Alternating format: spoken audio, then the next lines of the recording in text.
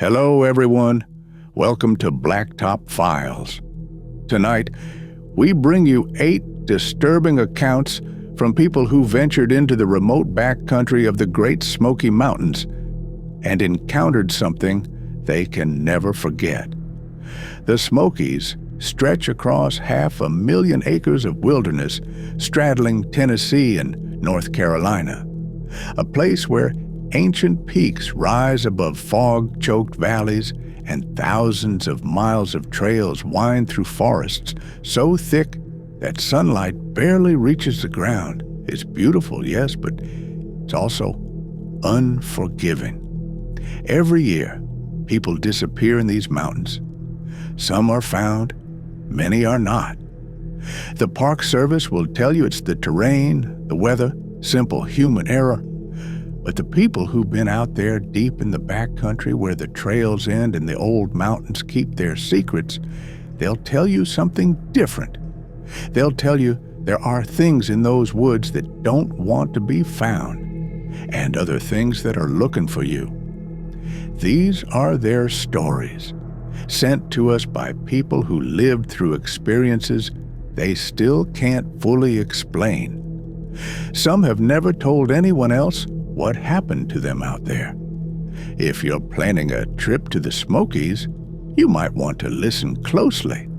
And if you make it to the end, consider subscribing to Blacktop Files, because we have plenty more where this came from. This happened in October of 2017, when I was 31 years old. My name is Marcus, and I'm from Columbus, Ohio.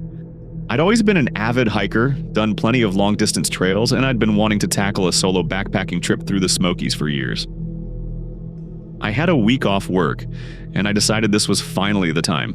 I planned a route that would take me deep into the backcountry, away from the tourist areas, away from Cades Cove and Clingman's Dome and all the places where you're never really alone. I wanted solitude. I wanted to test myself against the wilderness.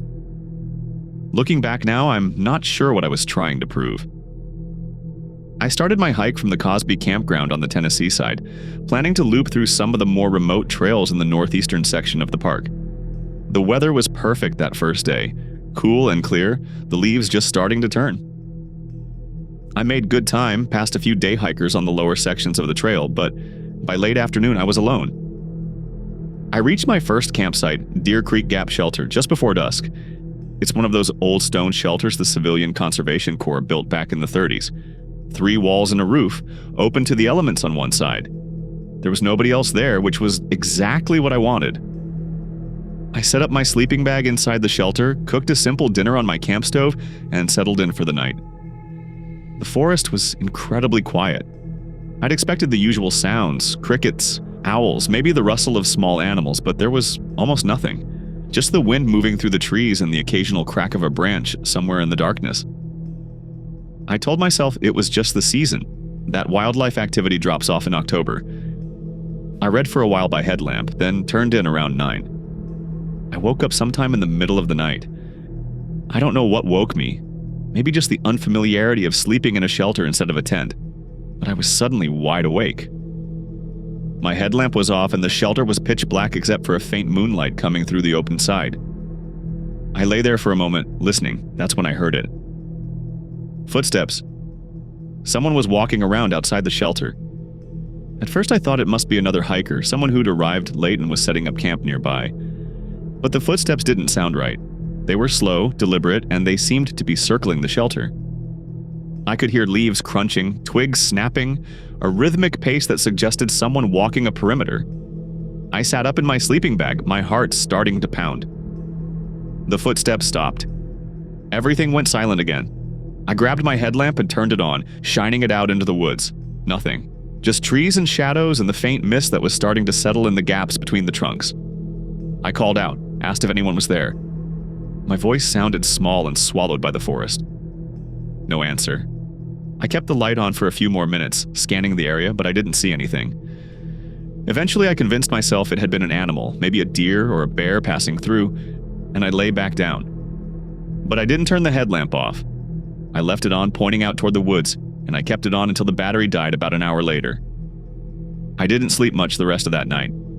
Every time I started to drift off, I'd hear something, a sound that might have been footsteps or might have been my imagination. When dawn finally came, I was exhausted and rattled.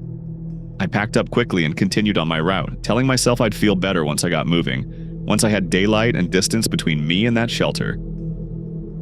The second day's hike took me deeper into the backcountry, up and over ridges, through dense stands of rhododendron, along narrow trails that hadn't seen maintenance in years. I passed old home sites, crumbling stone chimneys, and rusted farm equipment left behind by families who'd lived in these mountains before the park was established. There's something unsettling about those ruins, the way the forest has reclaimed them, the way they remind you that people used to make a life out here and then just left, or were forced out, or died. I tried not to think about it too much. I reached my second campsite, Tri-Corner Knob Shelter, late in the afternoon. It's even more remote than Deer Creek Gap, sits at the junction of three ridges, surrounded by thick forest. The shelter itself is similar. Stone walls, open front, room for maybe 8 people.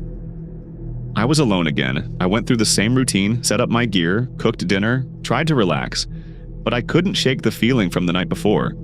I kept glancing over my shoulder, kept listening for sounds that didn't belong. As darkness fell, I heard them again. Footsteps. This time they were louder, closer, and they came from multiple directions. It sounded like several people walking around the shelter, pacing back and forth, but I couldn't see anyone. I grabbed my headlamp and shone it into the woods. Nothing. The footsteps continued for maybe 10 minutes, sometimes circling, sometimes stopping right at the edge of the clearing where the shelter sat. Then, just like the night before, they stopped. Silence. I didn't call out this time. I don't know why. Maybe because deep down I knew that whatever was out there wasn't going to answer. I sat in my sleeping bag with my back against the stone wall, headlamp on, my canister of bear spray in my hand. I stayed like that for hours. The footsteps didn't come back, but I didn't sleep. I just waited for morning. When the sun came up, I was done. I didn't care about finishing the loop. I didn't care about testing myself or finding solitude. I just wanted out. I repacked my gear and started hiking toward the nearest exit point, which was the Appalachian Trail Junction about 6 miles away. From there, I could follow the AT down to Davenport Gap and get back to my car. The hike that morning was brutal. I was running on no sleep, my nerves were shot, and I kept hearing things behind me, branches breaking, leaves rustling, sounds that made me stop and look back even though I never saw anything. The forest felt different now. It felt like it was watching me. I know how that sounds, but that's the only way I can describe it. The trees, the rocks, the gaps in the undergrowth, everything felt aware. I made it to the AT junction by mid-morning and turned south. The trail was wider here, better maintained, and I started to see other hikers, which was a relief. I fell in behind a couple of through hikers heading the same direction, and I stayed close to them without saying much. They probably thought I was weird, but I didn't care. I just didn't want to be alone. I reached Davenport Gap by early afternoon and hitched a ride with a day hiker who was heading back to Cosby. The guy asked me how my trip was, and I just said it was fine, shorter than I planned. I didn't tell him about the footsteps. I didn't tell anyone for a long time. It's been over 7 years now, and I still don't know what was out there. I've tried to rationalize it. I've read about auditory hallucinations caused by sleep deprivation, about how isolation can play tricks on your mind, about how the Smokies have strange acoustics that can make sounds travel and echo in weird ways. But none of that explains the pattern. None of that explains why it happened 2 nights in a row, why the footsteps circled the shelters like something was checking them, inspecting them, or maybe just letting me know it was there. I haven't been back to the Smokies since. I still hike, but I stick to day trips now. Popular trails, places where I'm never more than an hour from a parking lot. People ask me why I gave up backpacking, and I just tell them I got older, got busier. But the truth is, I'm afraid. I'm afraid of what's out there in the deep woods, and the places where the maps have blank spaces and the trails disappear. I'm afraid of whatever walks those mountains at night, circling the shelters, watching the people who think they're alone. Our next account comes from a woman who worked for the Park Service and learned that some disappearances in the Smokies don't follow the patterns anyone wants to talk about. My name is Jennifer, and I'm from Asheville, North Carolina. In the summer of 2015, when I was 26, I got a seasonal job with the National Park Service as a backcountry ranger in Great Smoky Mountains National Park. It was a dream job for me. I'd grown up hiking in the Blue Ridge, I had a degree in environmental science, and I wanted to spend my days in the wilderness helping people and protecting the park. I knew it wouldn't be easy, long hours, rough conditions, dealing with unprepared tourists and the occasional wildlife conflict, but I was ready for it. The job involved patrolling remote sections of the park, checking on shelters and campsites, making sure hikers had proper permits, looking for illegal campsites or signs of poaching, and responding to any emergencies that came up. I covered a section of the backcountry in the North Carolina side, mostly around the Cataloochee area and the trails leading up toward Mount Sterling. It was beautiful country, steep and wild, with fewer visitors than the Tennessee side. Most of the summer went by without incident. I'd hike my assigned routes, talk to backpackers, log trail conditions, and head back to the ranger station every few days to file reports. But in late July, something happened that I still can't make sense of. I got a radio call one afternoon that a hiker had failed to check in with his family. His name was David Marsh, 34 years old, from Atlanta. He'd been doing a solo 3-day loop through the Cataloochee backcountry and was supposed to return to his car at the Cove Creek trailhead 2 days earlier. His wife had called the park service when he didn't come home, and now we were organizing a search. I volunteered to join the search team, and the next morning I headed out with 2 other rangers and a couple of volunteers who were experienced SAR, search and rescue people from the area. We started at the trailhead where David's car was still parked and began following his planned route. He'd registered his itinerary with the backcountry office, so we knew he was supposed to stay at the Pretty Hollow Gap shelter the first night and then the Big Hemlock shelter the second night before looping back. We hiked to Pretty Hollow Gap first, about 7 miles in.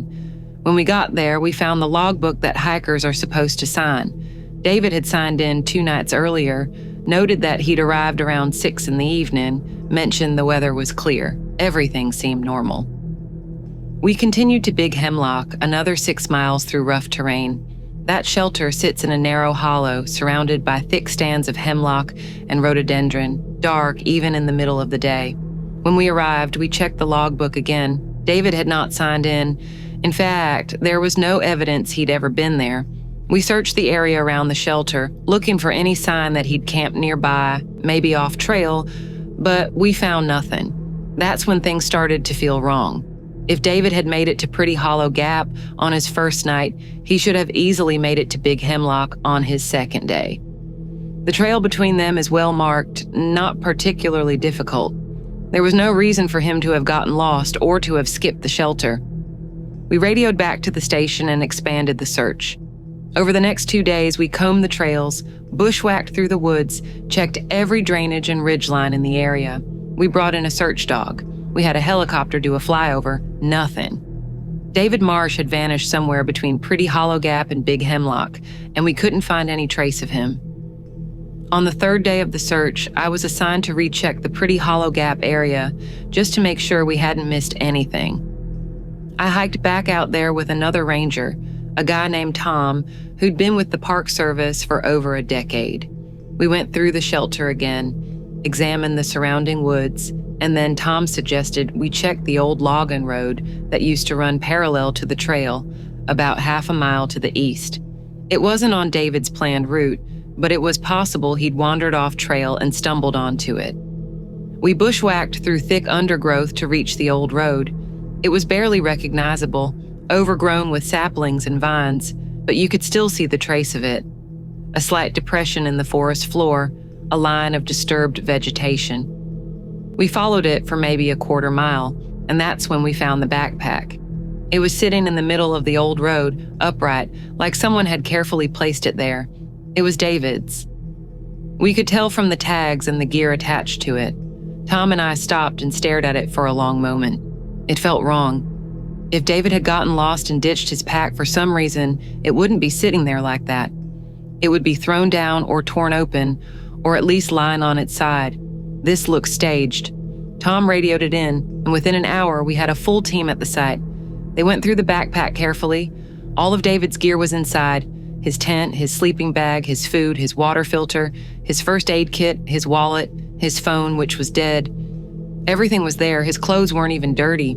It was as if he'd packed up that morning at Pretty Hollow Gap and then just set his pack down on this old logging road and walked away. We expanded the search around the area where we'd found the pack, figuring David had to be nearby, maybe injured, maybe disoriented. We searched for another 2 days. We found nothing else. No footprints, no signs of struggle, no blood, no torn clothing, nothing. It was like he'd evaporated. The official search was called off after a week. David Marsh was listed as a missing person, one of the dozens who disappear in national parks every year and are never found. His family came out, held a press conference, begged for information. The local news covered it for a few days. Then it faded, like these things always do. But I couldn't let it go. I kept thinking about that backpack, the way it was sitting there waiting. I started asking questions quietly during my patrols. I talked to other rangers, to old-timers who'd worked in the park for decades, to locals who lived near the boundary. And I started hearing things. There were other disappearances, ones that didn't make the news, ones where people were found and the stories didn't make sense. Hikers who were discovered miles off their planned routes with no memory of how they got there. People who came out of the woods talking about voices, about seeing figures in the trees, about feeling like they were being followed. One ranger told me about a case from the 90s where a woman was found sitting on a trail, alive but unresponsive, her gear neatly arranged in a circle around her. She never spoke again. Another ranger mentioned a cluster of disappearances in the 60s, back before the park had the resources it does now. People who went into the backcountry and never came out, their bodies never recovered. And then there were the stories that weren't official at all, just folklore, rumors, things people said around campfires. Stories about the old families who used to live in the mountains before the park, families who didn't leave when the government bought the land, who retreated deeper into the hollows and stayed. Stories about hermits and moonshiners and people who didn't want to be found and who didn't take kindly to outsiders. Stories about things that weren't people at all, things that lived in the oldest parts of the forest and moved through the woods without sound. I finished my season with the Park Service, and when they offered me a permanent position that fall, I turned it down. I told them I'd gotten another job offer, which was true, but that wasn't the real reason. The real reason was that I didn't want to be out there anymore. I didn't want to patrol those trails, check those shelters, search for people who disappeared in ways that didn't make sense. I moved back to Asheville and got a job with a conservation nonprofit, office work, fundraising, nothing that required me to spend nights in the backcountry. I still think about David Marsh. I think about his backpack sitting on that old road, and I think about the fact that we never found him. The Park Service says it was an accident, that he got disoriented, wandered off trail, and succumbed to the elements. But I was out there. I saw where we found his gear, and I know that whatever happened to him, it wasn't an accident. Something took him, or called him, or led him away. Something that's still out there in the deep woods, waiting for the next person who wanders too far from the marked trails. This next story comes from someone who went looking for a family member in the Smokies and discovered that some of the old cabins hidden in those mountains are best left alone. My name is Aaron. I'm from Bristol, Tennessee, and I was 29 when this happened, back in March of 2019. My uncle, my mother's brother, was a guy named Dalton, and he was what you'd call a mountain man. He'd lived alone in a cabin somewhere in the backcountry, near the Tennessee-North Carolina border, for close to 20 years. The cabin wasn't on park land. It was on a little parcel of private property that had been in my mother's family for generations, grandfathered in when the park was established. Dalton had moved out there in his 30s after a bad divorce, and he'd basically cut himself off from the world. No electricity, no phone, no internet. He'd come into town maybe twice a year for supplies, and that was it. My mother used to worry about him, especially as he got older, but Dalton always insisted he was fine. He said the mountains were where he belonged, that he didn't need anything from civilization. We respected that, even if we didn't understand it. But in early March of 2019, Dalton missed his supply run. He was supposed to meet my mother at a grocery store in Townsend on the first Saturday of the month, like he always did, and he didn't show up. My mother waited for a week, thinking maybe he just lost track of the date, but when he didn't appear, she started to panic. She asked me to go check on him. I was the only one in the family who'd been to the cabin before, when I was a teenager, and even then, I'd only been there once. I wasn't thrilled about the idea. It was still winter in the mountains. The weather was unpredictable, and the cabin was a solid 8-mile hike from the nearest road. But Dalton was family, and my mother was genuinely scared that something had happened to him. So I agreed.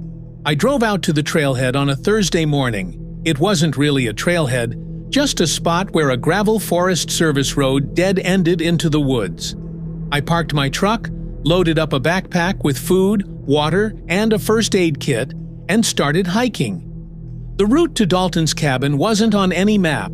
It followed an old game trail up through the woods, crossed a couple of creeks, and eventually led to a small clearing where the cabin sat, backed up against a ridgeline. The hike took me about 4 hours.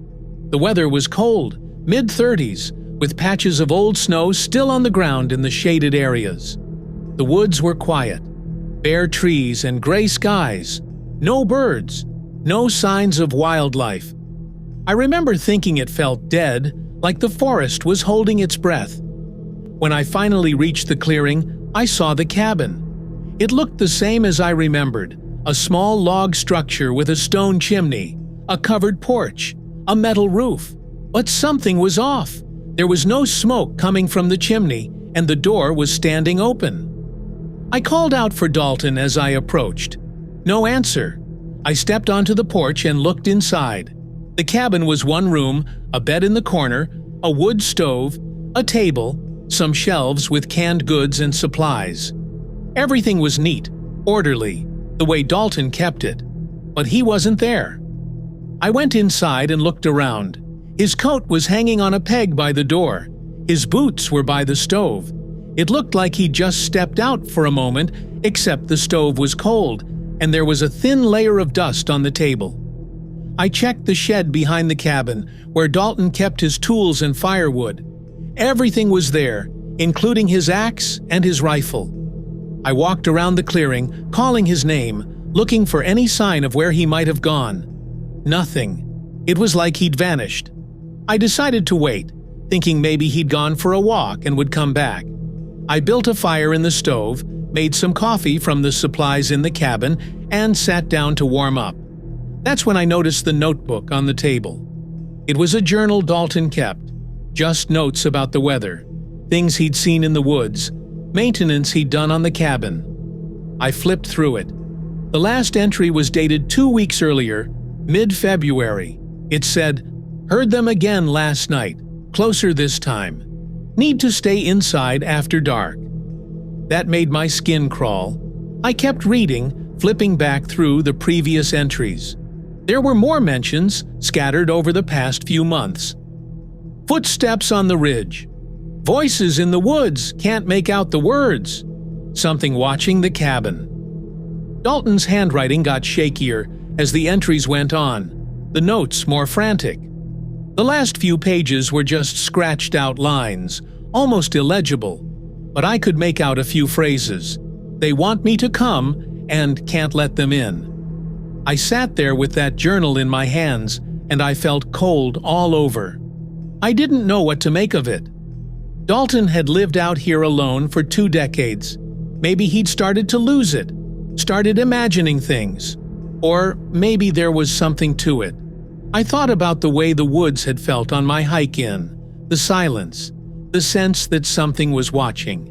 I decided I needed to leave, to get back to town and report this to the authorities. But it was already late afternoon, and I didn't want to hike out in the dark. I figured I'd stay the night in the cabin and leave first thing in the morning. I locked the door, fed the stove, and settled in. As soon as the sun went down, I heard them. Footsteps. They started somewhere off in the woods, a slow, steady rhythm, and they moved around the clearing. I could hear them circling the cabin, coming closer, then moving away, then coming closer again. I stood by the window, trying to see out, but it was too dark. I couldn't see anything, just the blackness of the forest and the faint shapes of trees. The footsteps went on for hours. Sometimes they'd stop right outside the door, and I'd hold my breath, waiting for the sound of the latch moving, but it never came. Sometimes I'd hear voices, low and murmuring, like people having a conversation just out of earshot. I couldn't make out any words, but the tone was wrong, too flat, too rhythmic. It didn't sound like people talking. It sounded like people imitating talking. I didn't sleep at all that night. I sat on Dalton's bed with the rifle I'd found in the shed, loaded and ready, and I waited. The sounds didn't stop until just before dawn. When the sky started to lighten, the footsteps faded, and the voices stopped, and the woods went silent again. As soon as it was light enough to see, I packed up and got out of there. I left the rifle, took the journal, and I hiked back to my truck as fast as I could. I didn't look back. I didn't stop. When I got to my truck, I threw the pack in the bed and drove straight to the sheriff's office in Townsend. I told them everything. I showed them the journal. They took it seriously, organized a search party, went up to the cabin with a team of deputies. They searched the area for 3 days. They found the cabin just like I'd left it, and they found some tracks in the woods around the clearing, but they couldn't determine what made them. The official report said the tracks were probably from local wildlife, maybe a bear. They never found Dalton. The sheriff told my mother that Dalton had likely wandered off and gotten lost, maybe in a state of confusion or mental distress. They said it happens, especially with people who live in isolation for a long time. They said the journal entries were probably just the result of loneliness and paranoia. My mother accepted that explanation. I didn't. I've thought about it a lot since then. I've tried to convince myself that the sheriff was right, that there's a rational explanation. But I remember those voices. I remember the way the footsteps sounded, circling the cabin, deliberate and patient. And I remember the last thing Dalton wrote in that journal. Can't let them in. I don't know what was out there. I don't know if it took Dalton or if he went to it willingly. But I know I'll never go back to that cabin. And I know that my mother's family is planning to sell that piece of land, to let the Park Service buy it, or just abandon it altogether. Whatever's in those woods, it can have it. Some places aren't meant for people anymore. Our next account comes from a park maintenance worker who spent a night in a fire tower and learned that some of the old structures in the Smokies have histories the park doesn't advertise. This happened in April of 2018. I'm Travis from Knoxville, and at the time I was 33, working as a maintenance technician for the Park Service in the Smokies. My job involved going around to various facilities, campgrounds, ranger stations, visitor centers, and doing repairs, fixing plumbing, electrical work, carpentry, whatever needed doing. It was good work, steady, and I liked being outdoors. Most of the time it was routine. But there was one job that spring that I'll never forget. The Park Service was planning to reopen one of the old fire towers on Mount Camerer, on the northeastern edge of the park.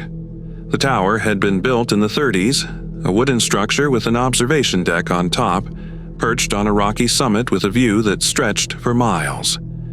It had been closed to the public for years due to structural issues, and my supervisor asked me to go up there, assess the damage, and see what it would take to make it safe again. The hike to Mount Camerer is about 5 miles from the Low Gap trailhead, and the last section is pretty steep. I loaded up my pack with tools, some lumber, hardware, and supplies, and I headed out early in the morning. It was a beautiful day, clear and cool, the kind of spring weather that makes you remember why you love the mountains. I made good time and reached the summit by early afternoon. The fire tower was in rough shape. The wood was weathered. Some of the boards on the observation deck were rotted through, and the stairs leading up to it were sketchy. But the structure was still standing, and I figured I could shore it up enough to pass inspection. I spent the rest of the afternoon working, replacing boards, reinforcing supports, tightening bolts. By the time the sun started to set, I was exhausted and covered in sawdust. My original plan had been to hike back out before dark, but I'd underestimated how much work the tower needed, and I realized there was no way I was going to make it back to the trailhead safely. I decided to spend the night. I had a sleeping bag and some food in my pack, and the observation deck, once I'd patched it up, was solid enough to sleep on. I figured it would be fine, maybe even kind of cool spending a night in an old fire tower under the stars. I climbed up to the deck and set up my sleeping bag. The view was incredible. I could see the ridges rolling away in every direction, layer after layer of mountains fading into the distance. As the light faded, I cooked a simple dinner on my camp stove and sat there watching the stars come out. For a while, it was perfect. Then I started hearing things. At first it was just small sounds, creaks and groans from the wood of the tower, which made sense given the age of the structure and the wind picking up. But then I heard something else. Voices. They were faint, coming from somewhere below the tower down in the woods. It sounded like people talking. Maybe a group of hikers who'd set up camp nearby. I leaned over the railing and called down, asked if anyone was there. The voices stopped. Silence. I waited, listening. After a few minutes, the voices started again. This time, I could hear them more clearly, and I realized they weren't speaking English. It wasn't a language I recognized. It was something else. A series of sounds that didn't quite form words, rhythmic and repetitive. I felt the hairs on the back of my neck stand up. I grabbed my flashlight and shone it down into the woods. The beam didn't reach far, just illuminated the tops of the trees below the summit, but I didn't see anything. The voices went on for maybe 10 minutes, and then they stopped again. I sat there on the deck, my flashlight in one hand, my phone in the other, even though there was no signal up there. I told myself it was just hikers, that sound travels weird in the mountains, that my mind was playing tricks on me because I was alone. But I didn't believe it. Around midnight, I heard footsteps on the stairs. Someone was climbing the tower. I froze.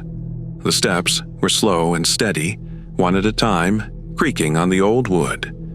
I pointed my flashlight at the top of the stairs at the opening that led onto the deck. The footsteps kept coming, closer and closer. I could hear breathing, heavy and labored, like someone who'd just finished a hard climb. And then they stopped. The footsteps stopped right at the top of the stairs, right where the person should have appeared on the deck. But no one was there. I was staring at an empty opening, my flashlight illuminating nothing but the night air. I called out, asked who was there. No answer. I waited, barely breathing. Nothing moved, nothing made a sound. I don't know how long I sat there, frozen, shining my light at that empty opening. Eventually, I forced myself to move, to crawl to the edge of the deck and look down at the stairs. They were empty. There was no one on them. No one below them. I was alone on the tower. I didn't sleep at all that night. I sat with my back against the railing, my flashlight on, watching the opening at the top of the stairs. The voices came back a few more times, always from the woods below, always in that strange, not quite language. And once, just before dawn, I heard the footsteps again climbing the stairs. This time I didn't look. I just closed my eyes and waited for it to stop. When the sun came up, I packed my gear and got off that tower as fast as I could. I didn't finish the repairs, I didn't care. I hiked back to the trailhead, and when I got to my truck, I sat there for a long time trying to calm down. When I got back to the office, I told my supervisor that the tower was too damaged, that it would take a full reconstruction to make it safe. I recommended they just close it permanently. He looked at me like I was crazy, but he didn't push it. The tower stayed closed. Later, I did some research. I found out that the Mount Camerer fire tower had a history. Back in the 50s, a fire lookout named Harold something, I don't remember his last name, had manned the tower during fire season. One summer, he stopped reporting in. When the Park Service sent someone up to check on him, they found the tower empty. Harold was gone, no sign of him, no gear left behind. They searched the area, but never found a body. The official story was that he'd wandered off and gotten lost, but there were rumors. People said Harold had started acting strange in the weeks before he disappeared, that he'd reported seeing things on the mountain, hearing voices that he'd asked to be relieved but was told to finish his season. No one knows what happened to him. I think about that a lot. I think about Harold, alone in that tower, hearing the same things I heard. I think about the footsteps on the stairs, the voices in the woods. I don't work for the Park Service anymore. I quit a few months after that night and took a job with a construction company in Knoxville. My friends asked me why I gave up a good gig, and I just tell them I wanted a change. But the truth is, I couldn't do it anymore. I couldn't be out there in the backcountry in those old structures knowing what I know. The Smokies are beautiful, but they're not empty. There's something else living in those mountains, something that was there long before the park, long before the fire towers and the trails. And it's still there, waiting in the places people don't go, watching from the dark. This next story comes from someone who joined a group of amateur cave explorers in the Smokies and found that some of the unmapped caves under those mountains lead to places that shouldn't exist. My name is Emily. I'm originally from Charlotte, North Carolina, but in the fall of 2016, when I was 25, I was living in Gatlinburg, working at a hotel and trying to figure out what I wanted to do with my life. I'd moved to the area because I loved the mountains, and I spent all my free time hiking, camping, and exploring. That's how I met Ryan and his group. Ryan was a few years older than me, maybe 30, and he was really into caving. He'd been exploring caves in the Smokies for years, both the well-known tourist caves and the more obscure ones that only locals and serious cavers knew about. He had a small group of friends who went with him, maybe 5 or 6 people, and they were always looking for new caves to map and explore. I met Ryan at a bar in Gatlinburg one night. We got to talking, and he invited me to come on one of their expeditions. I'd never been caving before, but it sounded exciting, so I said yes. The cave Ryan wanted to explore was somewhere on the Tennessee side of the park, in a remote area off the beaten path. He didn't tell me exactly where it was, said he wanted to keep the location secret to avoid it getting overrun by tourists or vandals. I understood that. A lot of cavers are protective of their sites. We drove out early one Saturday morning, 4 of us in total: Ryan, a guy named Jason, a woman named Beth, and me. We parked at an unmarked pull-off on a back road and hiked about 2 miles through dense forest. The entrance to the cave was small, just a narrow crack in a rock face, partially hidden by rhododendron. Ryan said they'd found it a few months earlier and had only explored the first 100 feet or so. Today, they wanted to go deeper. We geared up: helmets, headlamps, gloves, harnesses, and one by one we squeezed through the entrance. The first section of the cave was tight, a low crawl through a narrow passage, but after about 20 feet, it opened up into a larger chamber.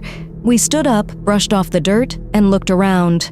The chamber was maybe 15 feet across, with a ceiling that disappeared into darkness above us. There were 2 tunnels leading off in different directions. Ryan consulted his notes and said we were going to follow the left tunnel, which sloped downward. We followed the tunnel for what felt like a long time, maybe 30 minutes, winding through tight squeezes and across small underground streams. The cave was cold and the air was damp and heavy. Beth mentioned that the air quality seemed fine, no signs of low oxygen or bad gas, which was a good sign. We kept going deeper.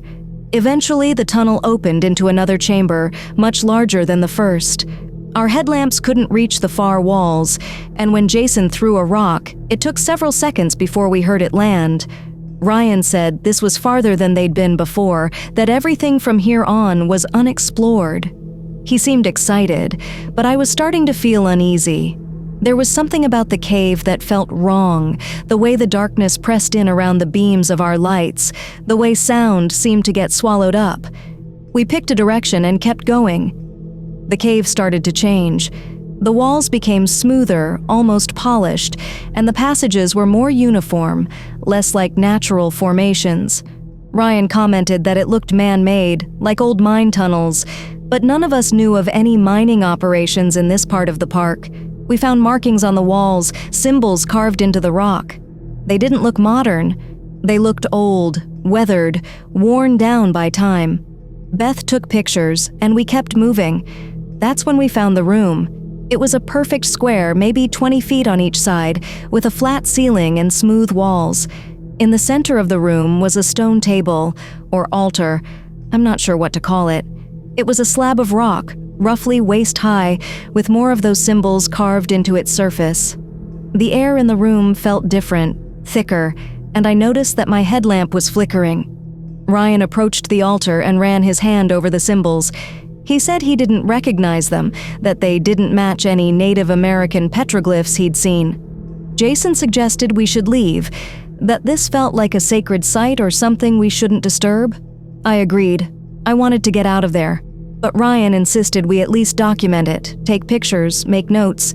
He said we could report it to the Park Service and let them decide what to do. While Ryan and Beth were taking pictures, I noticed something else. There was another tunnel, smaller than the others, at the far end of the room. It was barely visible, just a dark opening in the wall. I walked over to it and shone my light inside. The tunnel was narrow, but it looked like it went on for a while, and then I heard something. A sound coming from deep inside the tunnel, faint but distinct. It sounded like singing or chanting. Voices, multiple voices, harmonizing in a way that made my skin crawl. I called to the others. They came over and listened. At first they didn't hear it, but then Ryan went quiet and nodded. He heard it too. The voices were getting louder, like they were coming closer. Jason said we needed to leave now. Ryan agreed. We turned and started back the way we'd come. That's when we realized we had a problem. The chamber we'd just come from looked different. I know that sounds crazy, but I swear it looked different. The walls were in the wrong places, and the tunnel we'd used to enter was gone. There were 3 tunnels now, and none of them looked familiar. We tried to retrace our steps, but every tunnel led to another chamber, another series of passages, and none of them matched what we'd seen on the way in. We were lost. Ryan tried to stay calm, said we just needed to keep moving, that we'd eventually find a way out, but I could hear the panic in his voice. We spent the next hour, maybe 2 hours, I lost track of time, wandering through the cave. We found more rooms, more symbols, more passages that twisted and turned in ways that didn't make sense. And the whole time, I could hear those voices, faint and distant, always just behind us. Eventually, we found a tunnel that started to slope upward. Ryan said that was a good sign, that up meant we were heading toward the surface. We followed it, and after what felt like forever, we saw light. Daylight. We scrambled toward it, squeezing through a narrow crack, and emerged into the forest. But we weren't where we'd started. We were on a different part of the mountain, at least a mile from where we'd entered the cave. We could see the ridges around us, and they didn't match. Ryan checked his GPS, and it took a few minutes for it to get a signal, but when it did, it showed we were about 3 miles northeast of the entrance. There was no way we'd traveled that far underground. We'd been in the cave for maybe 3 hours, and we'd spent most of that time going in circles. We hiked back to the car, not talking much. When we got there, Ryan checked his notes, his pictures. He said he was going to report the cave to the Park Service, tell them about the chamber and the symbols. But a few days later, he called me and said he'd changed his mind. He said he'd gone back to the pull-off where we'd parked and he couldn't find the trail we'd hiked. He couldn't find the entrance. He'd searched for hours and it was like the cave had just disappeared. I never went caving again. Ryan and his group went on a few more expeditions that winter, but they stayed away from that area. Beth moved out of state a few months later, and I lost touch with Jason. Ryan and I stayed in contact for a while, but we never talked about what happened in that cave. I still live in Gatlinburg, and I still hike in the Smokies, but I stay on the trails. I don't go looking for hidden places anymore. I don't want to know what else is under these mountains, what other rooms and tunnels and altars are down there in the dark. The Smokies are old, older than the trees, older than the trails, and some of that old darkness is still here, waiting in places people aren't supposed to find. Our next account comes from a hunting guide who took clients into the backcountry during deer season and learned that something else was tracking them through the woods. I'm Michael, and I'm from Maryville, Tennessee. I've been hunting in the Smokies my whole life, grew up doing it with my father and my grandfather. When I got out of the Army in 2013, at age 28, I started working as a hunting guide, taking clients into the backcountry during season, helping them track game, field dress their kills, the whole deal. It was good money, and I knew the mountains better than just about anyone. But in November of 2014, something happened that made me rethink what I knew about those woods. I had a client that week, a guy named Paul from Michigan. He was in his 50s, experienced hunter, had done trips all over the country. He wanted to go after white-tailed deer in a remote section of the park where I knew there was good population. We had all our permits in order. This was legal hunting on the Tennessee side where it's allowed during season, and we headed out early Monday morning. The plan was to set up a base camp about 6 miles in, on a ridge overlooking a valley where I'd seen deer sign on previous trips. We hiked in, set up our tents, and spent the rest of the day scouting the area. The weather was cold, upper 30s, with a light drizzle that made everything damp and grey. We found some tracks, some droppings, good signs. We decided to get up before dawn the next morning and set up in a blind I'd built on the ridge. That night, sitting by the fire, Paul asked me about the area. He wanted to know if there were bears, if there were any dangerous animals he should be worried about. I told him bears were mostly in hibernation this time of year, that the biggest danger was the cold and the terrain. He seemed satisfied with that. We turned in around 9, and I fell asleep, listening to the rain on the tent. I woke up around 3 in the morning to the sound of something moving through our camp. At first, I thought it was Paul getting up to use the bathroom, but then I heard it outside both tents, circling the camp. I unzipped my tent and looked out. The fire had died down to embers, and I could barely see anything, just the vague shapes of the trees and Paul's tent across from mine. The sound stopped. I grabbed my flashlight and shone it around the camp. Nothing. I figured it had been a raccoon or a possum and went back to sleep. We got up before dawn and hiked to the blind. It was a simple structure, just a few branches and a tarp arranged to break up our silhouette, positioned on the ridge with a good view of the valley below.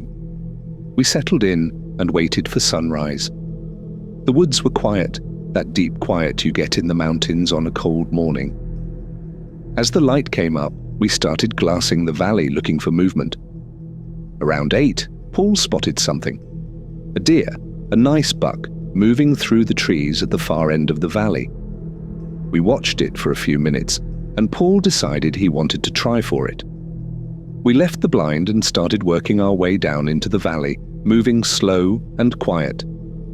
The buck was about 400 yards away and we needed to close the distance. We got within maybe 200 yards when I noticed something was wrong. The deer was acting strange. It was moving erratically, stopping and starting, looking over its shoulder. Deer will do that if they sense a predator, but there was no wind, nothing that should have spooked it. And then I saw what it was looking at. There was something else in the valley. At first I thought it was another hunter, but as I glassed it with my binoculars, I realized it wasn't human. It was moving through the trees on the opposite side of the valley, paralleling the deer. It was big, taller than a man, and it moved in a way that didn't look right. It wasn't running, but it was covering ground fast, weaving between the trees with a smooth gliding motion. I grabbed Paul's arm and pointed. He looked through his scope and went pale. He whispered, asked me what the hell that was. I didn't have an answer. We watched as the thing got closer to the deer. The buck must have sensed it because it bolted, crashing through the undergrowth. The thing followed. It moved faster now, and I could see it more clearly. It was dark, maybe black or dark brown, and it had long limbs, but the proportions were wrong. The arms were too long, the legs were too long. It didn't look like a bear, didn't look like anything I'd ever seen. Paul raised his rifle and I told him not to shoot. I didn't know what that thing was, but I didn't want to provoke it. We watched as it chased the deer out of the valley and disappeared into the trees. Then everything went quiet again. We stood there for a long time, not moving, not talking. Finally, Paul asked if we should go back to camp. I said yes. We turned and started hiking back up the ridge, moving as fast as we could without making too much noise. I kept looking over my shoulder, scanning the trees, but I didn't see the thing again. When we got back to camp, we found it had been disturbed. Our tents were still standing, but the food we'd hung in a tree was on the ground, the bag torn open, the contents scattered. It looked like something had ripped it down. Paul wanted to pack up and leave immediately, but it was already late afternoon, and I didn't want to hike out in the dark. I told him we'd leave first thing in the morning, that we'd take shifts keeping watch through the night. We built up the fire and sat there as the sun went down. As soon as it got dark, we heard it again. Footsteps circling the camp. This time, they were heavier, more deliberate. I shone my flashlight into the woods, and for just a second, I saw something. Eyes reflecting in the light, about 8 feet off the ground. They stared at me for a moment, and then they were gone. Paul was terrified. He wanted to fire a shot, scare it off, but I told him that was a bad idea. We didn't know what it was, and if it decided to charge us, we wouldn't have time to reload. We sat there by the fire, rifles ready, listening to the thing move around in the darkness. It never came into the light. It just kept circling, pacing, like it was waiting for us to make a move. The footsteps went on for hours. Around midnight, we heard something else. A sound coming from the thing, a low, rumbling vocalization that didn't sound like any animal I'd ever heard. It was almost like speech, but wrong, distorted. It sent chills down my spine. Paul was shaking. I told him to stay calm, that we just needed to make it to morning. The thing finally left around 3. The footsteps faded and the woods went quiet. We didn't sleep. We just sat there, waiting for the sun. As soon as it was light enough to see, we packed up our gear and got the hell out of there. We hiked back to the trailhead without stopping, without looking back. When we got to my truck, Paul said he was never coming back to the Smokies, that he didn't care how good the hunting was. I didn't blame him. I reported what we saw to the Park Service, told them there was something in that area that wasn't a bear and wasn't a deer. They listened, took notes, but I could tell they didn't believe me. They probably thought I'd seen a bear and misjudged the size in the low light. But I know what I saw. I've been hunting for over 30 years and I know the difference between a bear and something else. I still guide hunts, but I don't go back to that area. I tell clients it's because the terrain is too rough, but the truth is, I'm afraid. I'm afraid of that thing, whatever it was, and I'm afraid of what it means. If something like that can live in the Smokies, undetected, unseen by most people, then what else is out there? What else is hiding in the deep woods, in the valleys and hollows where no trails go? I don't have answers, but I know I won't forget what I saw. And I know that the Smokies are wilder than most people realize, that there are things in those mountains that we don't understand and maybe aren't supposed to.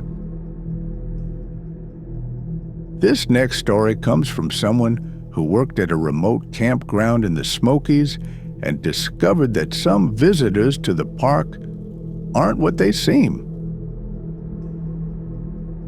My name is Sarah, and I'm from Johnson City, Tennessee. In the summer of 2013, when I was 24, I got a job as a campground host in Great Smoky Mountains National Park. The position was at Cosby Campground, one of the smaller, quieter campgrounds on the Tennessee side.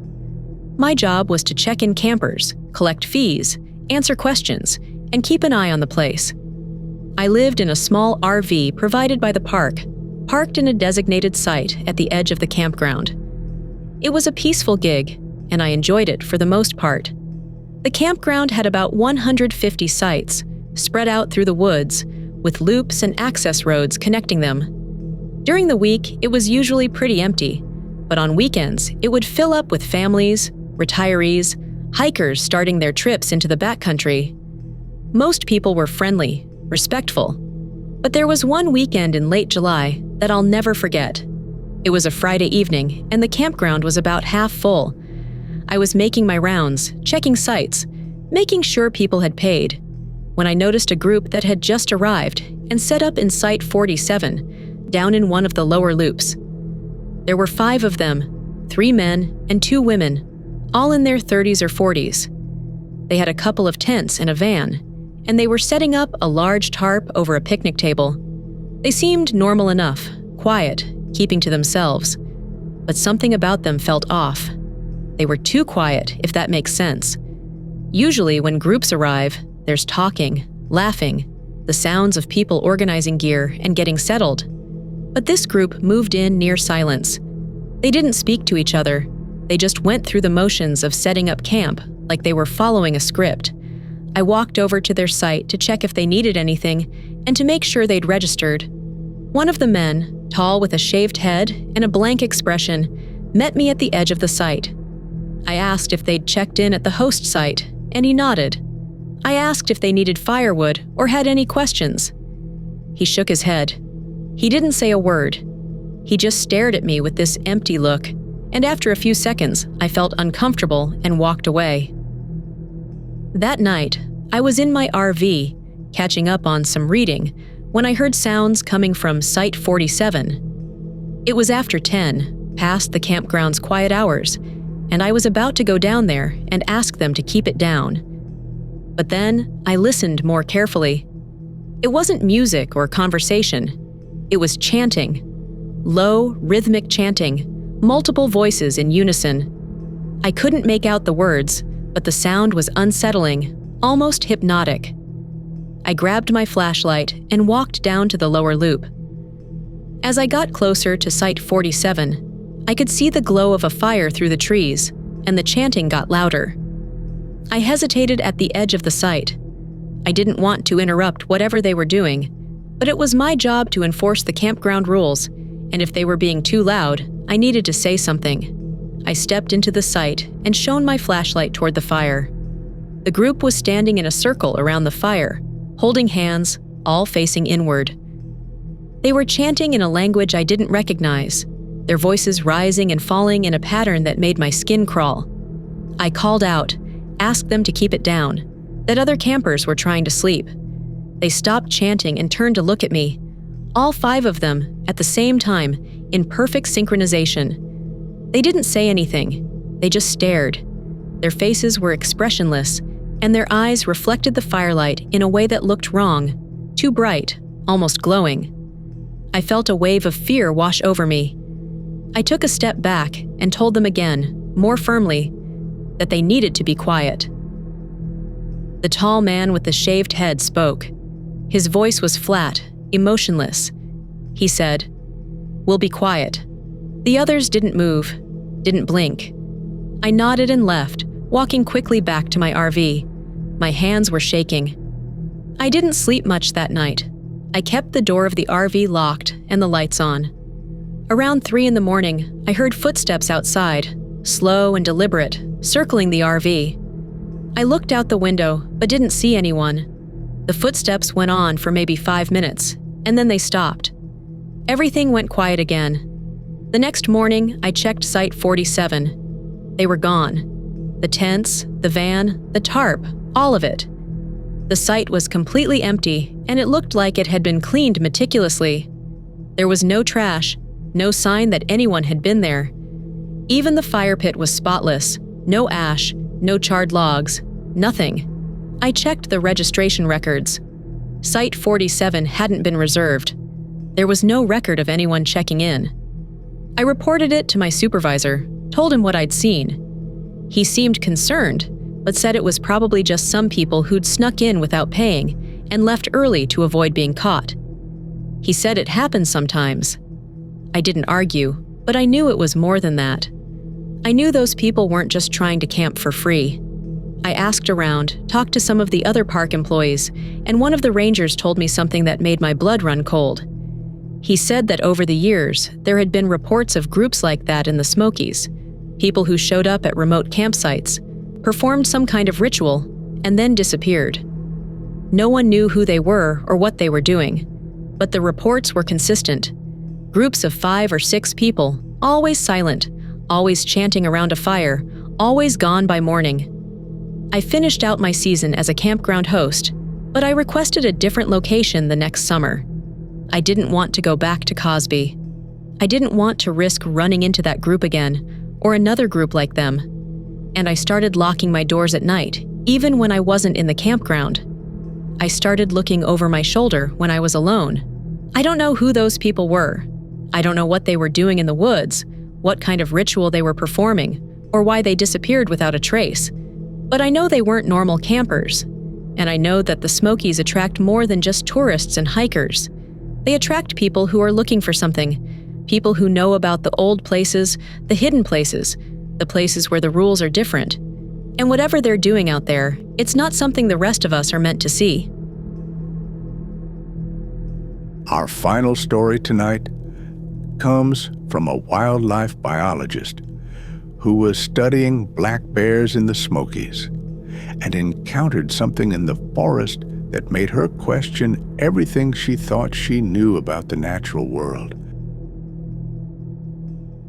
My name is Dr. Rebecca Cole. I'm from Durham, North Carolina, and I'm a wildlife biologist. In the fall of 2012, when I was 29, I was working on a research project studying black bear behavior in Great Smoky Mountains National Park. The project involved tracking radio-collared bears, documenting their movements, their feeding patterns, their den sites. It was important work, helping the Park Service understand and protect the bear population. I'd been in the field for about 3 months, spending long days hiking through the backcountry, following signals from the radio collars, taking notes and photographs. I usually worked alone, which I preferred. I'm comfortable in the woods. And I'd spent years doing this kind of research in other parks and forests. The Smokies were challenging, the terrain was rough, the vegetation was thick, but I was experienced, and I knew how to stay safe. One afternoon in late October, I was tracking a female bear, designated Bear 23, in a remote area of the park near the North Carolina border. Her signal was coming from a steep hillside covered in dense rhododendron and laurel. I was bushwhacking through the undergrowth, trying to get a visual on her, when I noticed something strange. The signal was stationary, which usually meant the bear was resting or feeding, but it was also very strong, which meant I was close. But I couldn't see her. I moved slowly, carefully, trying not to make noise. And then I found the collar. It was lying on the ground, partially hidden under some leaves. The leather strap had been cut cleanly, like someone had used a knife or scissors. The radio transmitter was still functioning, still beeping, but the collar was empty. Bear 23 was gone. I picked up the collar and examined it. There was no sign of wear, no indication that the bear had chewed through it or rubbed it off. It had been deliberately removed. I felt a chill run down my spine. Black bears don't remove their own collars, and there was no reason for anyone else to be out here, this deep in the backcountry, tampering with research equipment. I radioed back to the research station and reported what I'd found. My supervisor was puzzled but told me to mark the location, collect the collar, and continue my work. He said maybe the bear had gotten the collar caught on something and it had torn loose. I didn't buy that explanation, but I didn't have a better one. I spent the rest of the afternoon searching the area, looking for Bear 23 or any sign of where she'd gone. I found some tracks, but they were strange.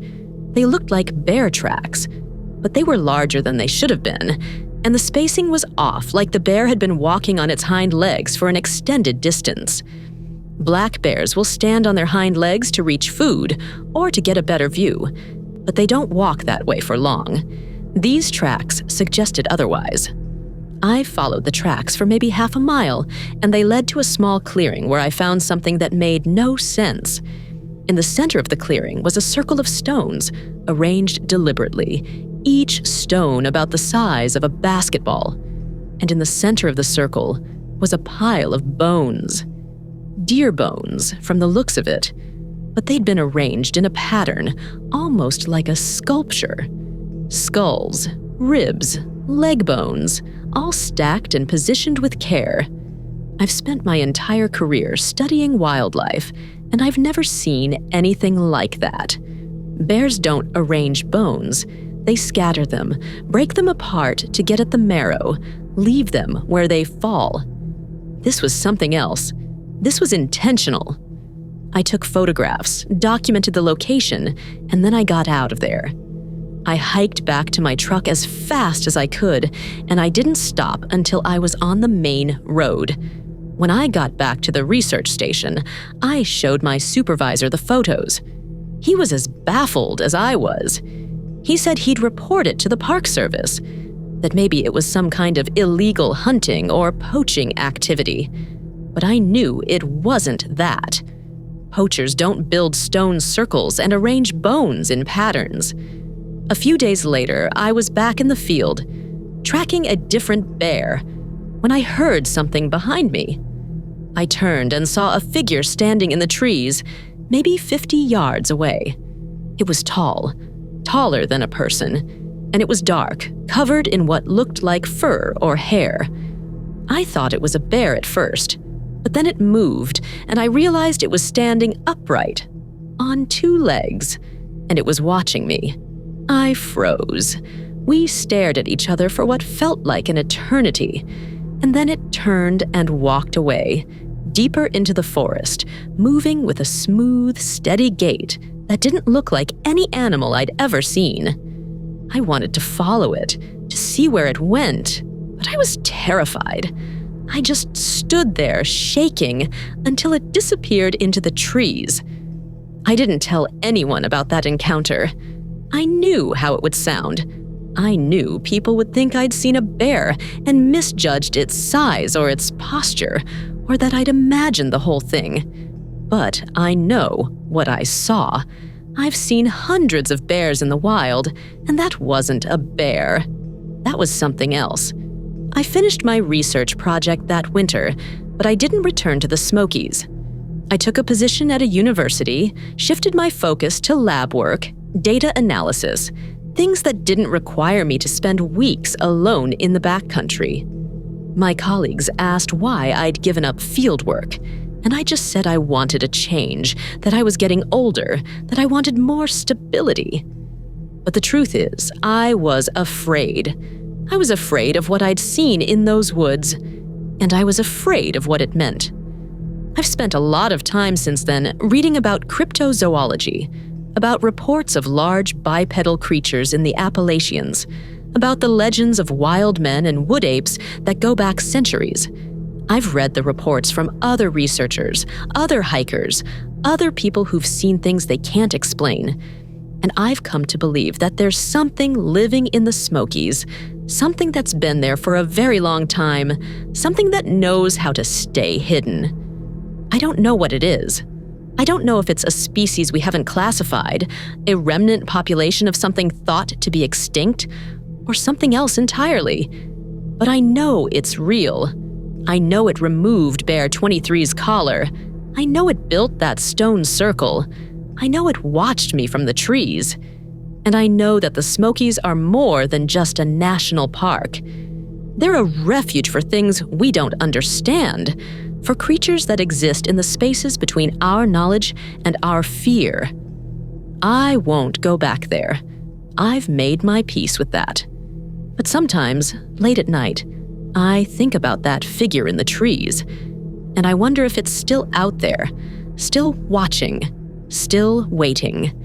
And I wonder what it would take for the rest of the world to believe what I saw, to acknowledge that the wilderness is deeper and stranger than we've ever imagined. Those were 8 accounts from people who ventured into the backcountry of the Great Smoky Mountains and lived to tell about it. Each of them came away changed, marked by something they encountered in those ancient woods, something that challenged their understanding of what's possible, what's real, what lives in the places where the trails end and the old forests keep their secrets. The Smokies are beautiful, yes. They're majestic and wild and worth protecting. But they're also dangerous in ways that go beyond bears and steep terrain and sudden weather. There's an intelligence in those mountains, something that's been there since before the Cherokee, before the settlers, before anyone thought to draw a map or build a trail. And it's still there, waiting in the shadows between the trees, watching the people who think they know these mountains, ready to teach them that there are still mysteries in this world, still places where the rules we understand don't apply. If you found these stories compelling, consider subscribing to Blacktop Files. We collect accounts like these from all over the country. Stories that most people dismiss or ignore, stories that deserve to be heard. And if you have your own experience, your own encounter with something you can't explain, send it our way. We're listening. Until next time, stay safe out there. And remember, some trails lead to places you're not meant to find.